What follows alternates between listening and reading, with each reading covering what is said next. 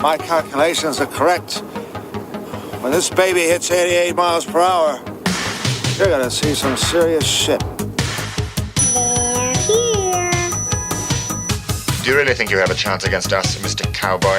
Yippee-ki-yay, motherfucker. It's showtime. Right, welcome on to another episode of the VHS Strikes Back. I'm one of your hosts, Chris, and my co-host and very good friend is Dave. Hello there, Chris. And hello to our listeners out there. Welcome to the VHS Strikes Back, the show where we dust off the old video player and go on a nostalgic journey to look at good and bad and fucking horrendous movies of yesteryear. Now, Chris, what are we going to review this week? Well, Dave, it's a Patreon pick. We're going back to 2002. He's our good friend and Patreon, Timothy. We are reviewing, Dave, the French Arthouse movie, Dave, starring Albert Dupontel, Vincent Cassel, and more importantly, the beautiful Monica Bellucci, Dave. So we are going to be reviewing Irreversible. Now, I know we talked about this briefly last week. Where are we going with this, Dave? Have you even heard of this movie? So I will answer the question, but before that, if there is anyone who's just discovered this podcast and you're thinking for an art house critic show or something, that's not us. No. I don't know where this is going to go, but we'll see. We'll see how that goes. Chris, I had heard of this, but worryingly, when it was mentioned about doing this one, I think I'd seen it on something like, you know when you're on, I don't know, Instagram Reels or TikTok and you just doom scrolling your life away. And it was something like, top 5 most shocking movies or something like that, or can't believe these movies were made. It was something like that.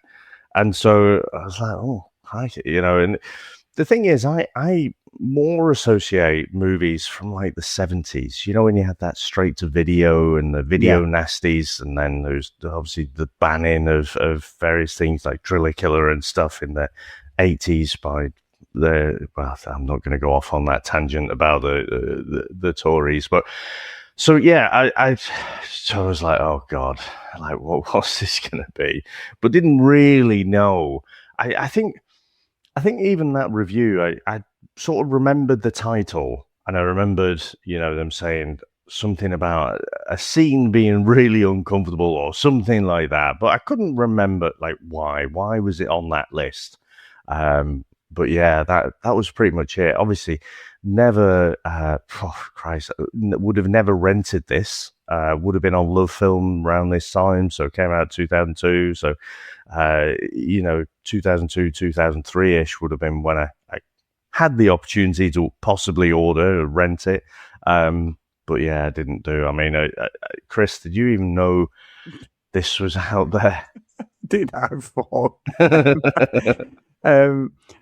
Yeah, I haven't got a clue, Dave, where to start with this one. Again, like you say, if you're some fucking wanky art student, fucking film buff, this isn't the podcast for you. We've had various negative reviews about our approach to these sort of movies, Dave, and I'm quite proud of that because I have not got a clue. Give me Lauren Avedon, a guy with a false wig who's obviously Asian, trying to be a 60-year-old fucking CIA agent on his retirement due, jumping like a fucking gazelle around his house, Dave, any day of the week over this. This is, I'm fascinated that Timothy picked it. And I think when you read into it, and I have, it's one of the movies, I would never have picked it, never, even if I'd come across it at some point. However, I've also been fascinated by it this week, Dave. So I don't know whether Tim's done the right thing by sort of, he's got me into this world of this movie. But there's no way I would have even picked this because I've just been fascinated how it was made and stuff as well. It's just a really, really different movie off the wall. But Monica Bellucci, absolutely stunning. She was the oldest ever Batman. She wasn't the oldest ever Batman, Dave. No, she wasn't. She was the oldest ever Bond girl. That's a totally different movie. I think she was 50 odd, wasn't she? The one with Daniel Craig, one of the last ones. But just stunning. And I think watching something like this, again, you know what I'm like with subtitles and the way this is shot, I think irrespective of that scene, which is fucking awful, there's loads I want to talk about this movie because it's just, my blood's boiling, Dave, but not because of that scene, just because of this movie. So I don't know if it's a stitch up, Pleasure and Pain. I don't know where Tim's coming on this one, but I'm so pleased he's picked it by the end of it. 'Cause I'm like, yeah, there's loads to talk about, good and bad. Yeah, I mean, it's not one that, it's not a feel-good movie, is it? And again, this isn't really in our sweet spot, but I'm sure we'll have a discussion on, does this type of movie have a place? So we joke, don't we, about the Arthouse stuff. We've done some of them on the podcast over the years. Definitely, probably not enjoyed most of them, but I think we more gravitate towards things. You said about Lauren Avedon there. Christ, I think I'd prefer to watch a Steven Seagal movie even. So what, as he is now? Yeah, as he is now. Or do that whole series. I tried to watch. When he pretends he's like a cop. Yeah. So I'd sooner watch that. But it's like this type of movie isn't put together for someone to sit down and walk out the cinema and go, oh yeah, really interesting that, wasn't it? And go for a meal afterwards and dissect the movie scene by scene. So apparently, when this was, I think it was it debuted at Cannes, and everyone was just sat there. When the film had finished, didn't say anything, didn't move, just sat there in silence until the next movie came along. So I've told you ages ago, haven't I? I remember I was at university and someone had written on the walls, like, the objective of art is to evoke a reaction. And someone's wrote underneath, fuck off.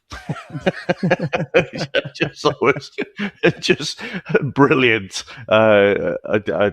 So simple, but I always remember that. It always sticks in my mind. But I mean, this is definitely there to evoke a reaction, isn't it? It's not there to be enjoyed as if you're watching The Wizard of Oz or something. So, yeah, I'm sure we're going to get into some wide-ranging conversations here. But, Chris, should we get into our trailer? Oh, I can't wait, yeah.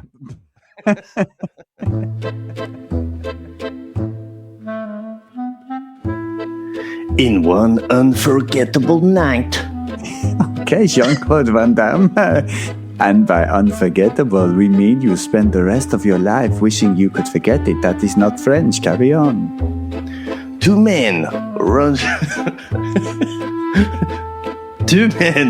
through the dark streets of Paris seeking revenge. Using the traditional French method of shouting and making incredibly terrible decisions. With terrible accents, time itself begins to unravel. Mostly because the film starts at the end and works backwards. It's basically a DVD playing in reverse. Love, loss, violence, tragedy. Approximately 7 minutes of everyone asking, hang on, what just happened? Reality becomes a nightmare. This isn't a dating movie. This isn't a family movie. I'm entirely convinced it's a movie for humans. Oh, can you imagine Arnie in a French Arthouse movie? From visionary director Gaspar Noe comes the film that asks what if emotional trauma, but also motion sickness. Experience cinema pushed to its limits. And possibly beyond international health and safety regulations.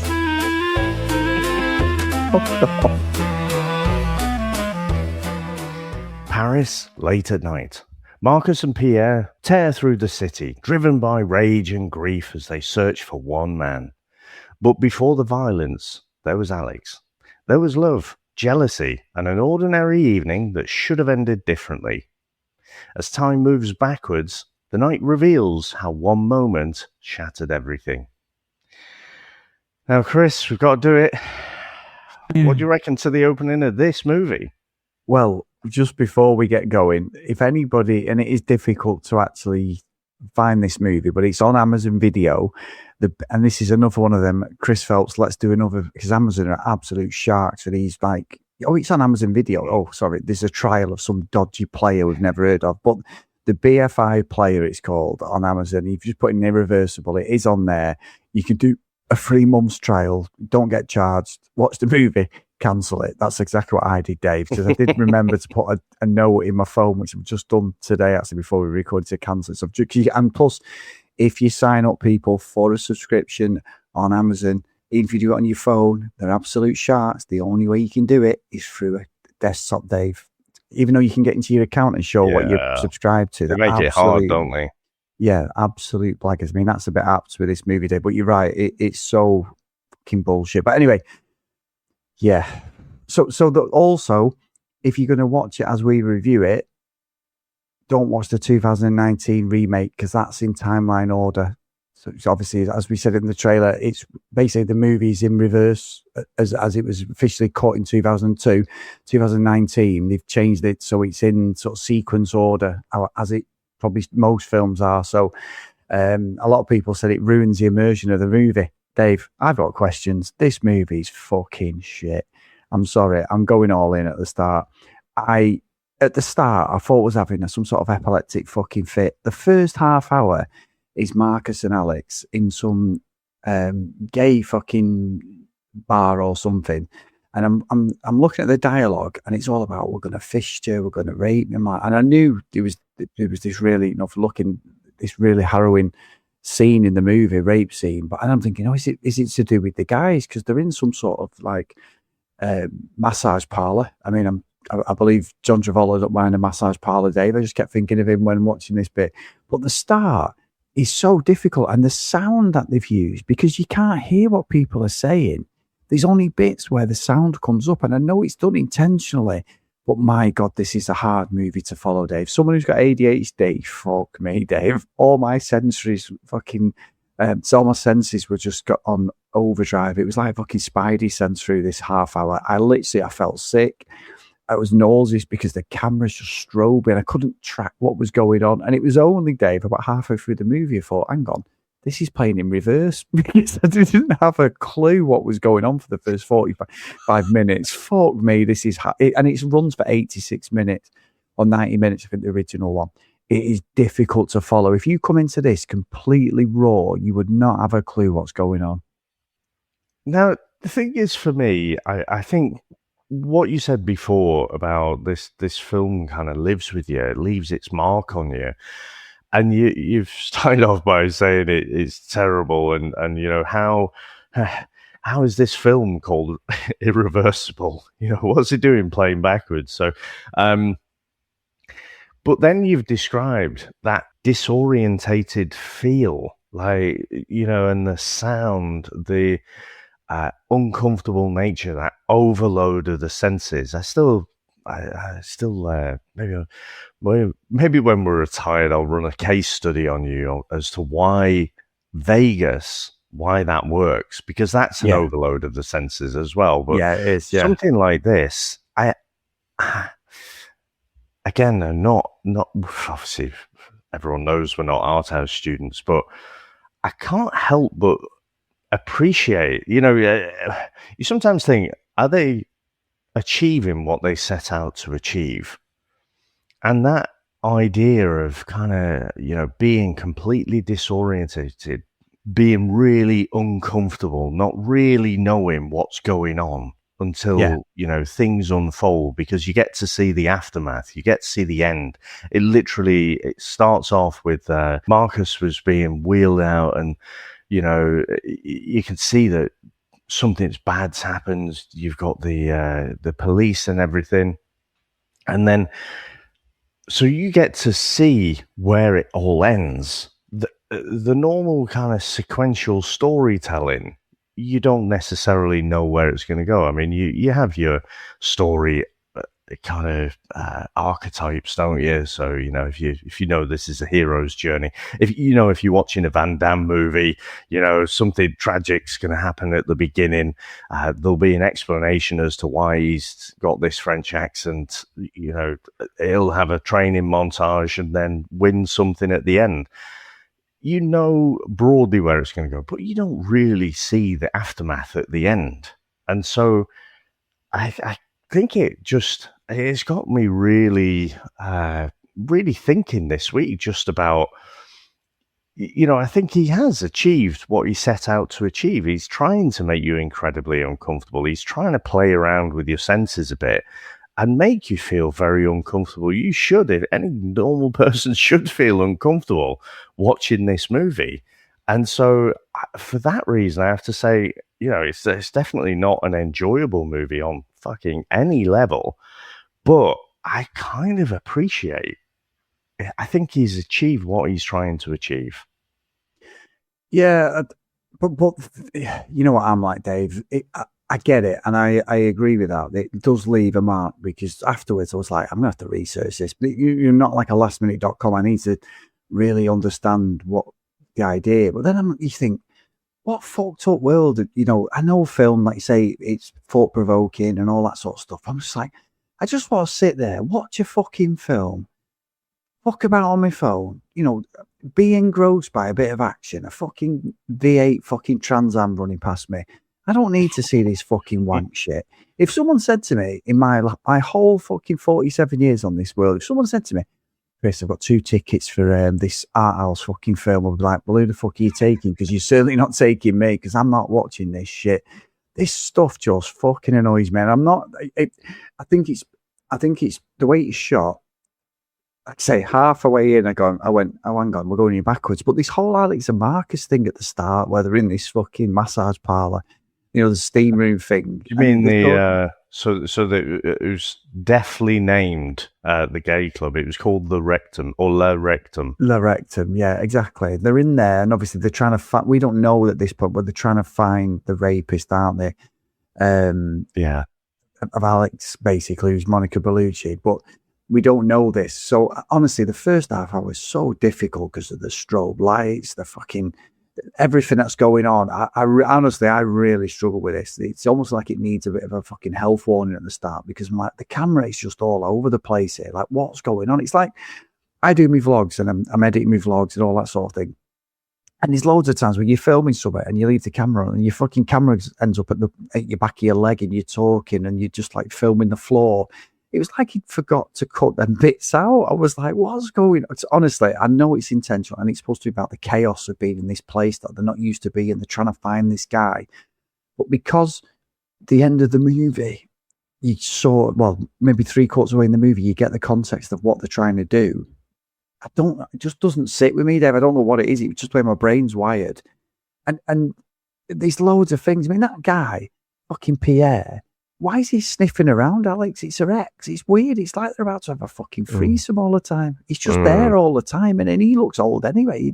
Marcus is some young fucking stud or anything, whatever he is. But, when we see that with there is, consensual sex scenes in this now.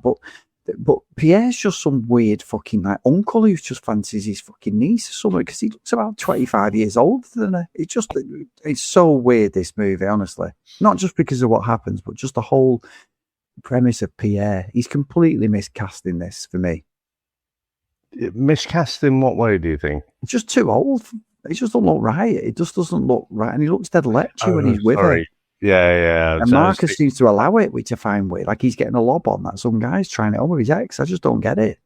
Yeah, it was a little bit strange, wasn't it? I mean, Vincent Cassel, I'm sure we did. Was it Brotherhood of the Wolf or something that we did? And we did. Yeah.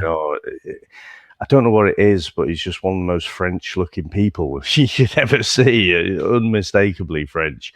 But I did find that strange, because some of the conversations as well, like when they're on the train, I think that was the bit, wasn't it, where they're all having this sort of three-way conversation, and it was a little bit strange, wasn't it? It's not quite Love Island strange, but strange nonetheless. But I don't know.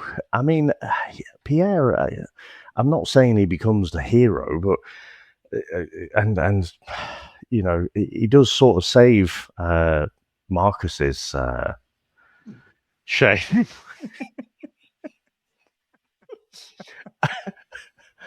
You know what I want to say, but so basically, in fact, let me go back a little bit, because I do think even the opening credits, right? That you're in for an uncomfortable time. You've got this drum beat when all the title credits are coming up and stuff, and it's like, oh fuck, what's going to go on? And like you say, you start off, you can see this aftermath of violence, and then you can see Marcus going round the rectum, and in that club, it's all very fucking uncomfortable, and apparently, some of the red light in it is, trying to depict going through the different levels of hell, and you've got this guy who's kind of there wanting to be fisted, and he's like chasing him around, and then so he's beating the crap out of him, but he keeps asking for La Tenia, and so I was like, what is that? And so apparently it's a tapeworm. Which, if that's your nickname, there's problems already. So he's going around, and again, I assuming a lot of this stuff was kind of ad-libs, it's come full method, because, there is the chaos of the camera movements and everything, and along with, they've got fucking tons of actors there in the club, haven't they? I guess they must kind of litter them with extras as well and stuff. And he's going around, and then, Marcus gets the crap beaten out of him, and it's when he breaks his arm, I'm like, oh, fuck it now. I mean, what is going on there? And, yeah, he sort of threatens to rape him and stuff. And then you get this, you get Pierre, like, smashing his head in with a fire extinguisher. And at that point, I'm like, oh, this must be the scene then. Yeah, I thought that. I was like, fucking, how much worse can it get? Because that was fucking brutal, wasn't it? Because he just keeps going, and like, he's gone past the point of, sort of disarming him, if you like, and knocking him out or whatever, and then just absolutely fucking killing him. And so, yeah, thinking, oh, this must be as bad as it gets, but no, it got worse from there. And that's why I say, I don't know if I call Pierre the sort of hero as such, but he certainly rescued Marcus in that moment. Yeah, and you're right. And I think, not unfortunately, but because there is going to be this sexual assault scene in the movie. That was cleverly done, I suppose. But you were at the point where I'm like, there's going to be this scene in it. Like, why are these two guys in it? They're obviously not gay. What are they doing? And then, as the movie goes on, you get then we start seeing bits of like, the next scene really, I suppose, is you get that scene, and then it leads up to. Let's see, we've got to talk about it. It's fucking harrowing, isn't it? But the actual rape itself of Alex, like she leaves the party, which we don't know at the time. We just get a camera just at the back of her shoulders as she's walking. Monica Bellucci, absolutely stunning. You're seeing her walking. I mean, question marks again though, Dave. I mean, you get the camera pan up as she's following, and it says passage, doesn't it? And it's like, you're going under this subway. Why are you going under there? A lone woman at that time of night. I'm not saying that people shouldn't be able to walk somewhere like that, and that's not justifying it by any means, but it's one of them things when you're watching it in a film thinking anybody who's sane would just get a fucking taxi, wouldn't they? Or they wouldn't go in an area that has got fucking prostitutes and that. And obviously there's a trans prostitute who's getting fucking beat up by this bloke. And then he just decides, and we don't know this, but this guy is obviously, he's gay, but then he decides that he's going to rape a woman. And she could have run off at one point, and you're like, he's got hold of the trans prostitute, and he's there, and that scene, I've got to say, I've never seen anything like it, Dave. I think that lives in your memory for a long time. And reading up on the trivia was like, Monica Bellucci is in complete control of this whole scene. The guy who was the attacker, they filmed it about 10 times or whatever over 2 days. How, I don't know, because that was physically, irrespective of the acting and that, the physical act of what they were doing.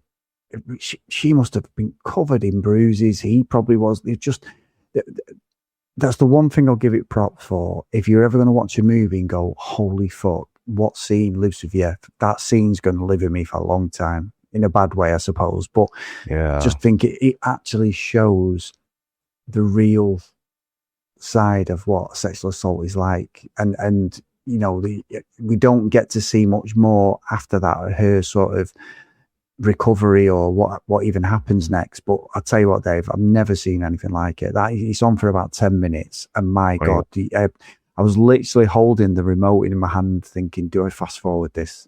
After a couple of minutes, I was like, "This is completely uncomfortable." But that's the point, I suppose. Irrespective of me hating the movie, that is the point of why that scene's in there. And fair play to everyone involved to create that scene, because he said there was no.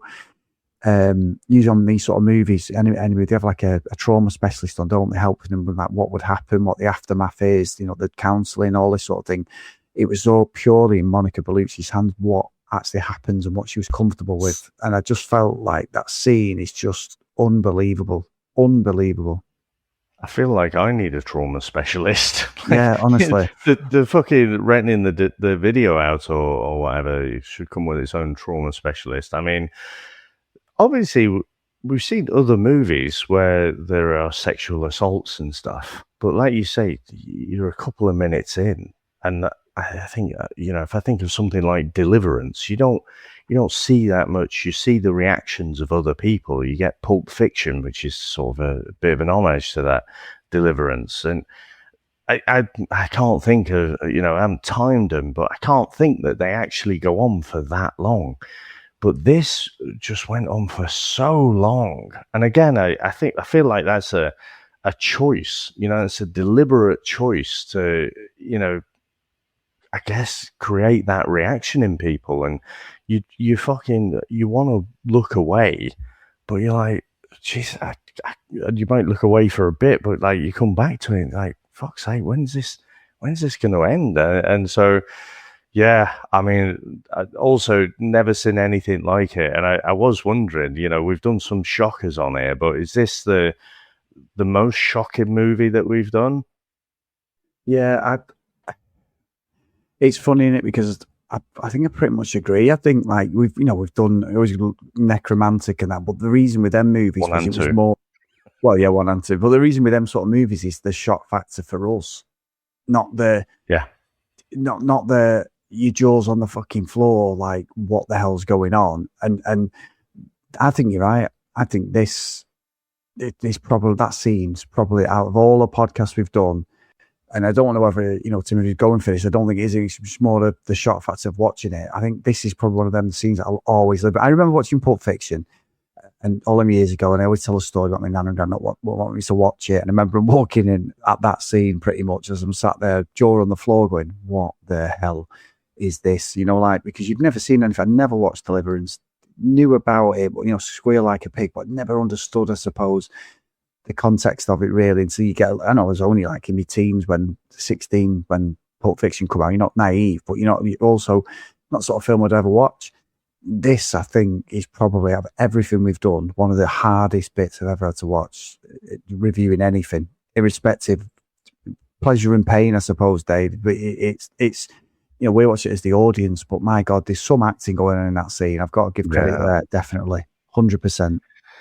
Yeah, I'd say about the physical acting, you know, just the you would be battered and bruised, and you know, Christ, I don't know how you'd sleep at the end of that day, because there's something, obviously, you know, everyone involved, they know it's acting, but I'm sure every bone in your body is thinking that it's real. And so, yeah, just unbelievable sort of scene and shocking. And yeah, I mean, I'm sure I saw somewhere that there's plenty of people that walked out of the cinema, and I would absolutely think, yeah, of course. I mean, I don't know at what point, you know, smashing the guy's face in, or, you know, probably a bit of violence, that's okay, or 1 minute into that uncomfortable scene, 2 minutes, you know, but at some point you would imagine there would be an attrition and people would sort of slope off out.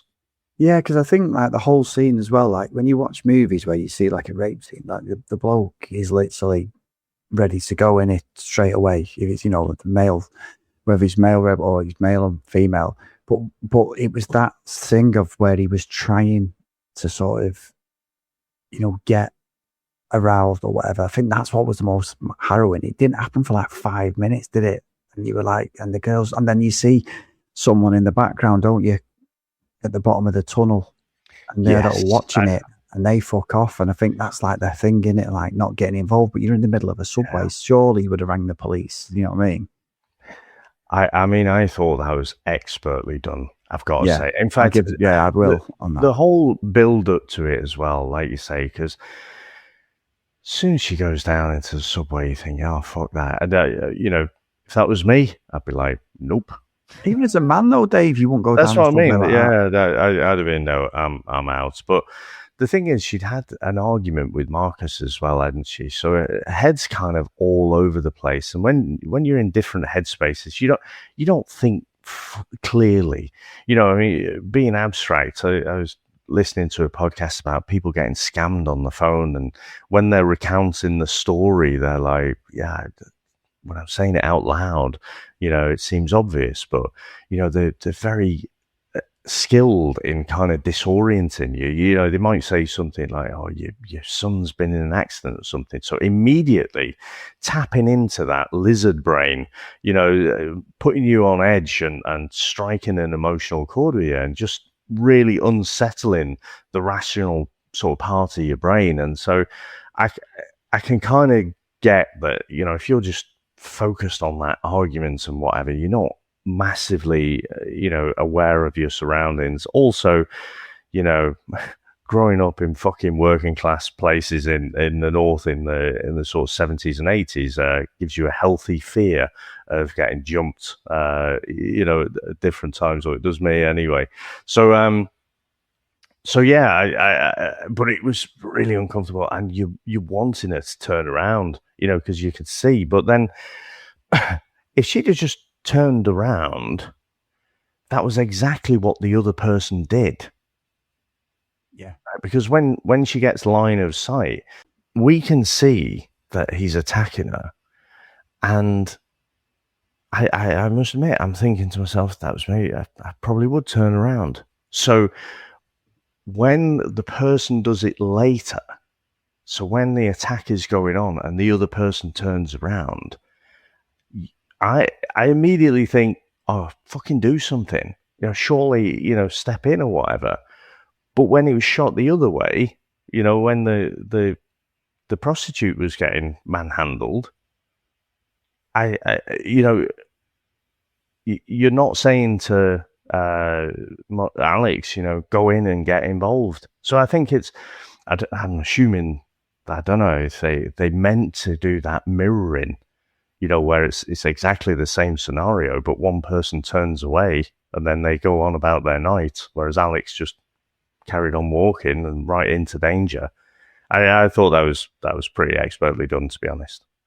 Yeah, I think you're right. I think and it sits with you, doesn't it? It just sits with you. But then, obviously, after that you say, we see Alex is on like a gurney, they're taking her face, because he starts levering her, doesn't he? Like after the act, he actually starts physically assaulting her, and like he's going to kill her, and she's on like the stretcher there, the ambulance going into the hospital. But then we don't see that again, and then the movie then just completely changes to this sort of weird three-way love story, doesn't it? Because it's going backwards. It's going in, like, the timeline is completely reversed. So, and it was only, to be honest, Dave, it was only after this scene when I realised what was going on properly.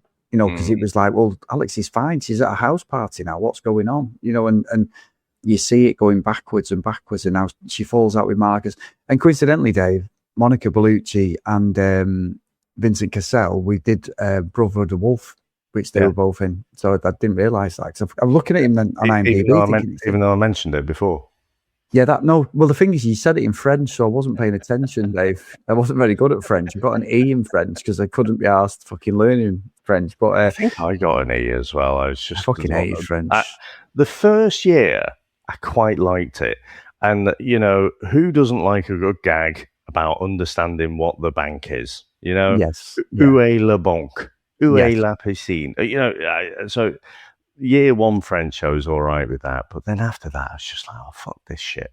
Yeah, I fucking hate it. I hate that one of our French teachers used to come in and speak French to the other one, and nobody knew what they were saying until about fifth year, and someone had spoke French who came in school and was like, oh, they're slagging everyone off there. And it was like, you what? And then it was like one of them things where they had to apologise to everyone. It was like, you fucking cocks. All I knew was on Kool-Aid, Dave. Fuck off. tournez à droite, turn right, mer de tête. I've said all these before in a shithead. Allez, go, deserve, eggs. Bob's too. Yeah, eggs, deserves, pomme de terre. Everyone knows a pomme de terre, Dave, good old potato. But that was about it. So I'd be proper Del boy. Yeah, it'd be like, allez, go, pomme de terre, tournez à droite. Yeah, if you speak fucking French, yeah, yes, see, do a Del boy speak about 5 different languages. But no, I think when we get to the point where I understood the story, I felt as if I just wanted to turn it off because I'm like, I don't really want to go back now. And we do get this whole reverse thing about what's happened, the situation with Alex, Pierre, Marcus. And again, the stuff on the train's just weird because Dave, if you were with somebody and her ex is like sniffing around him like that, and he's not just that, Marcus is like, when they're on like the tram system, he's sort of like sat behind her and he's like leaning in. And I'm thinking, is this going to turn into some sort of weird threesome? Or they would, I know different like nationalities, different people have different things, and more people, they always say European people are more open, I suppose, than, the rigid British or whatever. But I couldn't work out what was going on. And then when we do actually get the sex scene between Marcus and Alex, and she's stunning, Dave. But I think because what we've seen before it, like normally I'd have something to say, be like, she's stunning. But I think because I know what's coming, I think you probably care about the character inadvertently. And you sort of like, if only you knew what was coming sort of thing. I feel like that every time I'm watching it, if that makes sense. Even though I thought the movie was terrible and I just felt there was loads of plot holes in it completely. I'd sort of understand as we're talking about it a little bit more, I think. I think that's the whole point, though, isn't it? Because if you go through and, like you say, you can watch it in a linear order, but I don't know why you would. But let's say it was made like that, then, you just see this young couple, they're in love, they have, tiffs and stuff at the same time. I mean, Marcus does not seem like a great person, is he? No. He seems quite... he doesn't seem the most loyal, but at one point, they're very much in love and everything. And then, this tragic event happens, he goes on an attempted revenge mission and that goes awry and whatever. So you could see that would be a kind of standard story.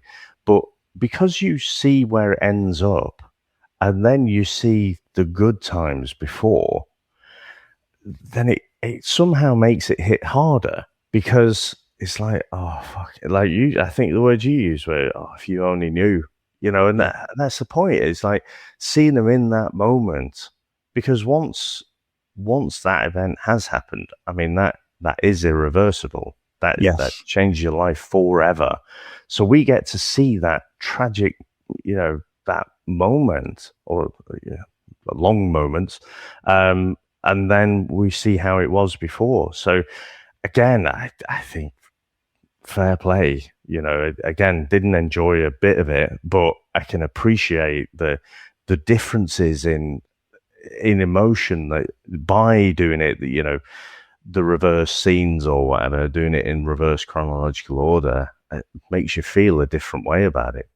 That's what I mean. Usually I'd have a joke to say and, she's stunning and all that. And she's beautiful. Like you always say, she's one of the... I mean, you probably have said that like 10 times. You say you're trying not to say. No, but, but there's always a joke in there, isn't there, or something, Dave? But I think like because of that, that's what is difficult watching this. And I think like ultimately you get to sort of at the end of the movie and she's pregnant, isn't she? So it's like, that nobody knows this really. This obviously is the start of the movie, but he goes, Marcus, after all his sex and everything, and then she's sat on the toilet and she gets the test out, and then and that's where you sort of you get to the point where you're like, oh right, okay, I get it.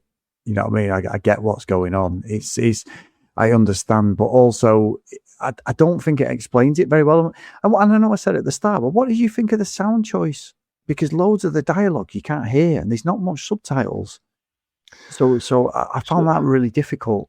Yeah, like I say, for me, it's a deliberate choice. I mean, some other things like Tenet and whatever is just shit sound mixing, shit sound design. But I think at the end of the day, I think he's deliberately made it quite muffled and disorienting, like say, you're not really sure what's going on. I mean, there's bits of dialogue, but it's just chaotic, isn't it? The dialogue isn't as important as the emotion that you're feeling. I mean, going back to when he's sort of searching around in the club, I mean, you don't need to know really what that much dialogue is. You can see that something has obviously happened, and he is just, man on a mission, just chaotically going around this horrendous place, this horrendous setting.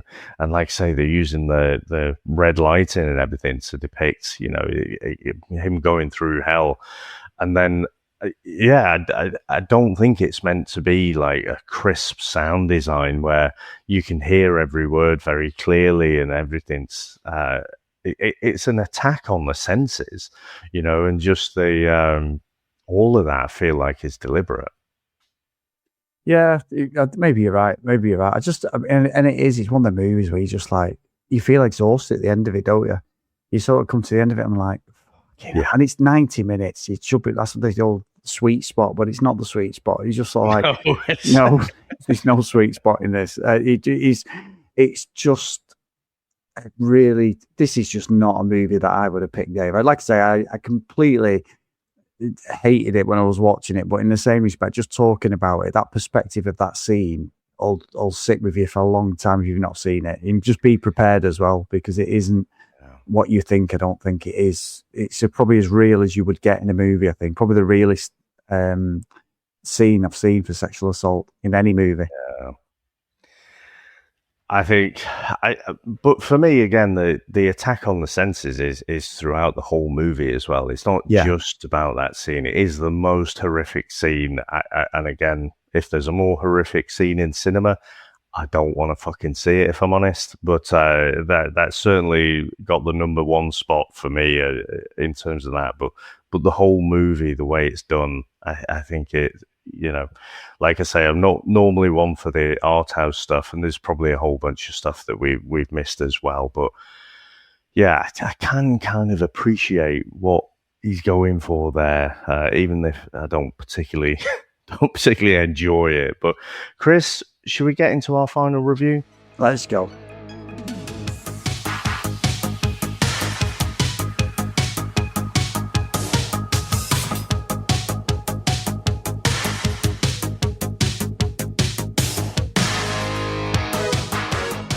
So, Tim, thanks very much for picking this, mate. A great discussion today, and really interesting. If you do, whatever you think of the movie, if you want to watch it, the research on it was fascinating.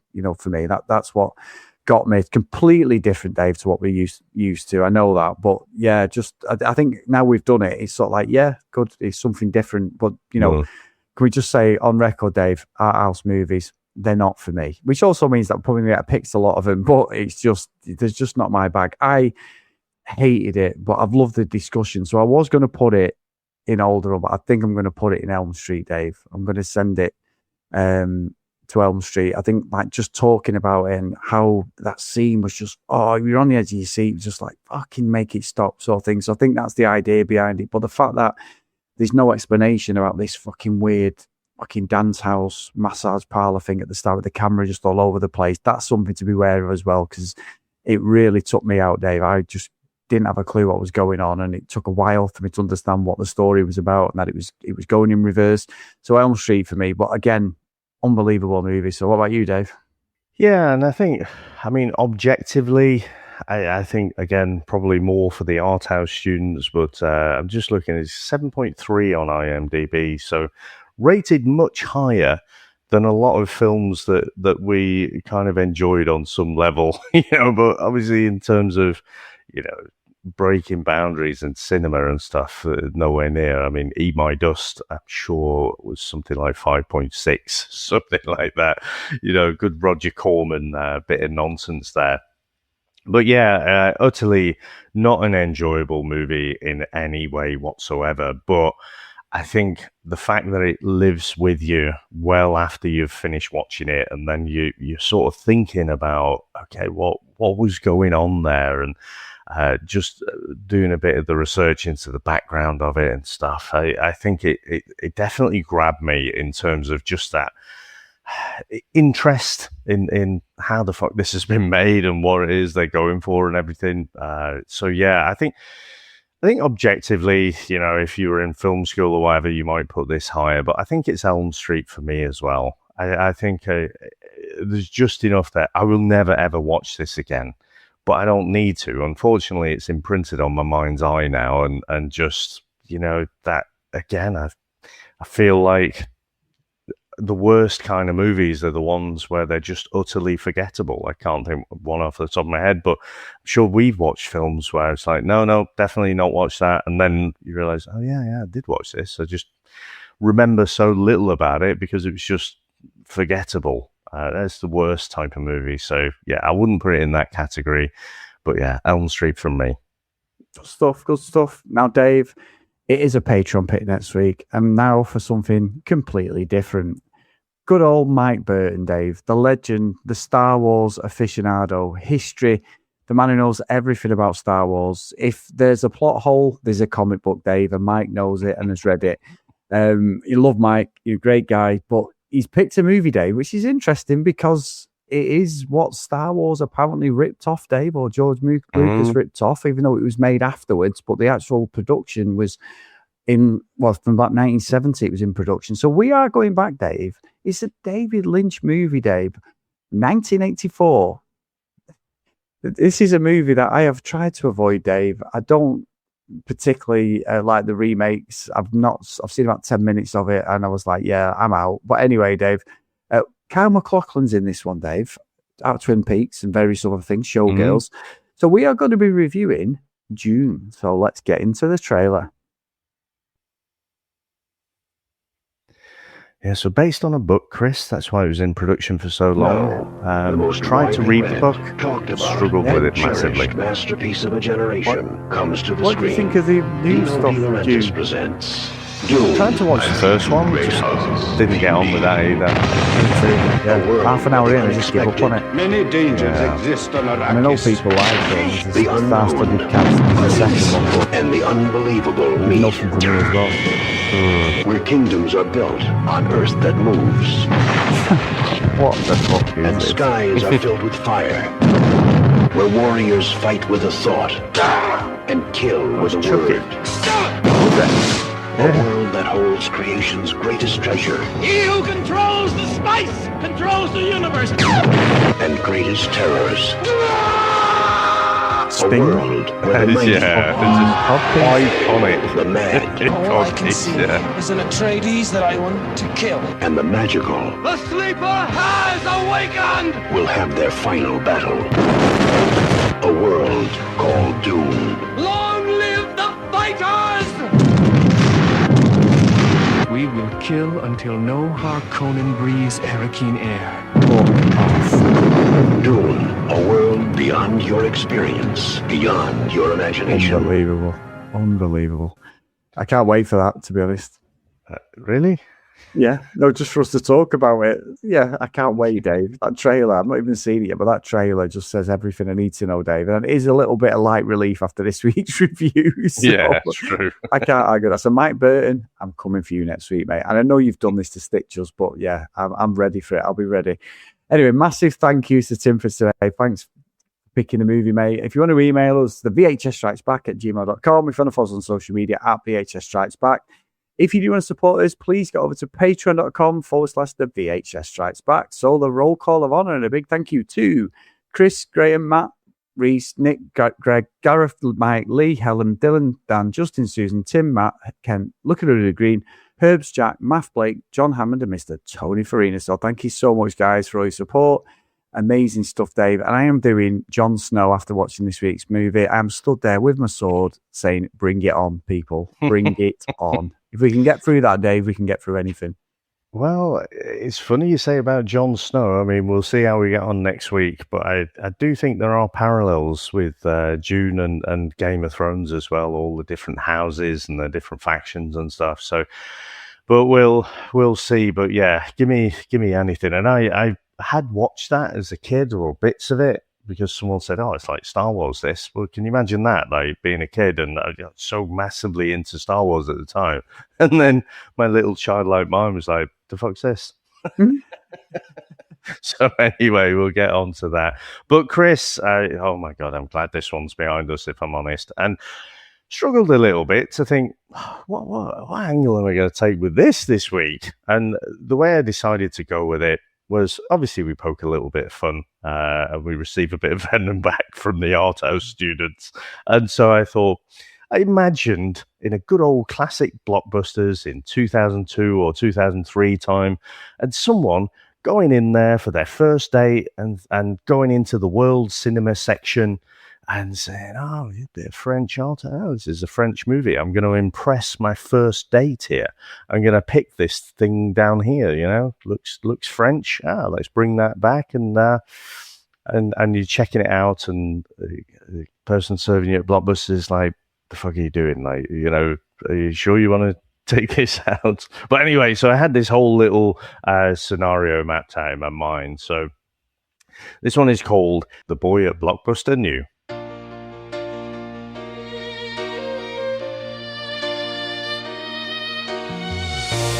went to Blockbuster on a Friday night with romance burning bright.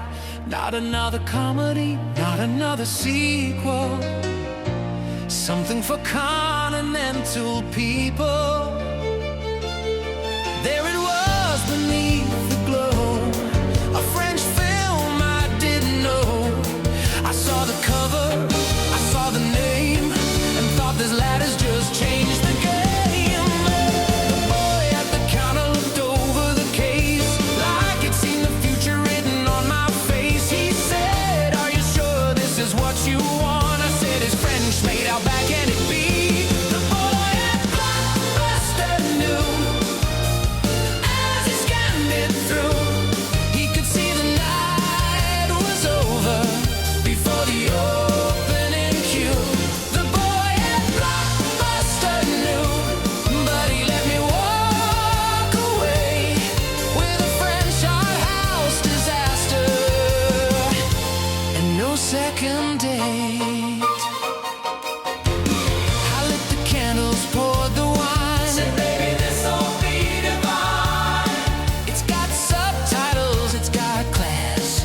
It'll make me look less like an ass. She said, is this Very good. romantic? I said, probably, yeah. It's got Monica Bellucci and moody cover hair. Then the room began to turn, and the evening started to pour. She said, is this your idea of charm? I said, the critics said it was art. She said, you're not deep, you're just wrong, and I've hated this since the start. The boy at Blockbuster knew. As he scanned it through, he could see the night was over before the opening cue. The boy at Blockbuster knew, but he let me walk away with a French Arthouse disaster. No second It's date. very West End, this Dave. I tried to say cinema verite. She said, don't use French words to get your way. I said, Gaspar Noe is pushing the form. She said, you thought he was a wine region 10 minutes before. I blame the box, I blame the store, I blame the lad who said no more. He saw the doom, he saw the crime, and still gave me a 2-night rental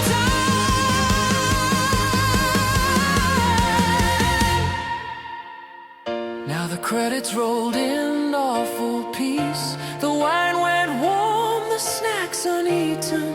I said that was powerful. She said goodbye, then left with my copy of American Pie. I stood there broken by the screen, a cultured man or so I dreamed. The phone stayed quiet, the weekend died, and Bridget Jones was on the other side. Now every time I pass that place, I see that haunted teenage face. He had the chance to save us too, but the boy at Blockbuster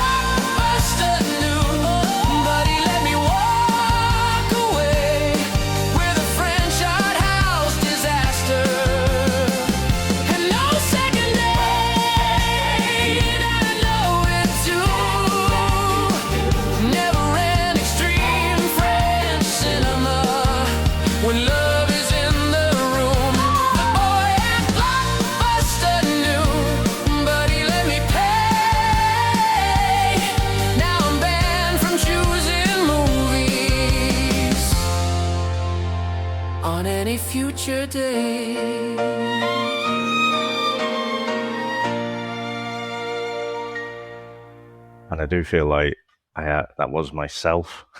Yeah. Because I'd left Blockbuster at this time, so 2002. But if that scene unfolded in the store, I would just secretly laugh. And then tell all my mates about it after. So anyway, Chris, I felt like that was one of the only angles I could take with that one. So eventually, from out of this horrendous experience, did eventually have a little bit of fun with playing around with that one. But anyway, Chris, thank you very much, sir. Great chat, and glad it's over. Thanks to Tim for picking this one, I think. Thanks to all our listeners out there. Thanks to all our supporters, and we'll speak to you next time. Bye. That's it, man. Game over, man. It's game over. What the fuck are we gonna do now? What are we gonna do? Maybe we could build a fire, sing a couple of songs, huh? Why don't we try that? We better get back, because it'll be dark soon, and they mostly come at night. Mostly. I'll be back. That's not. We came, we saw, we kicked its ass. Wax on, wax off. Get to the chopper! One ring to go. All right. Ding, ding. Bust you up. Go for it. Well, here we go. Ain't so bad. Ain't so bad. Ain't so bad. Come on. Ain't so bad. Come on. You must be crazy or something. I'm crazy. You just a stupid. Yeah, maybe you're crazy. I ain't breathing heavy. He's a fool. He's stupid. I've seen you at 6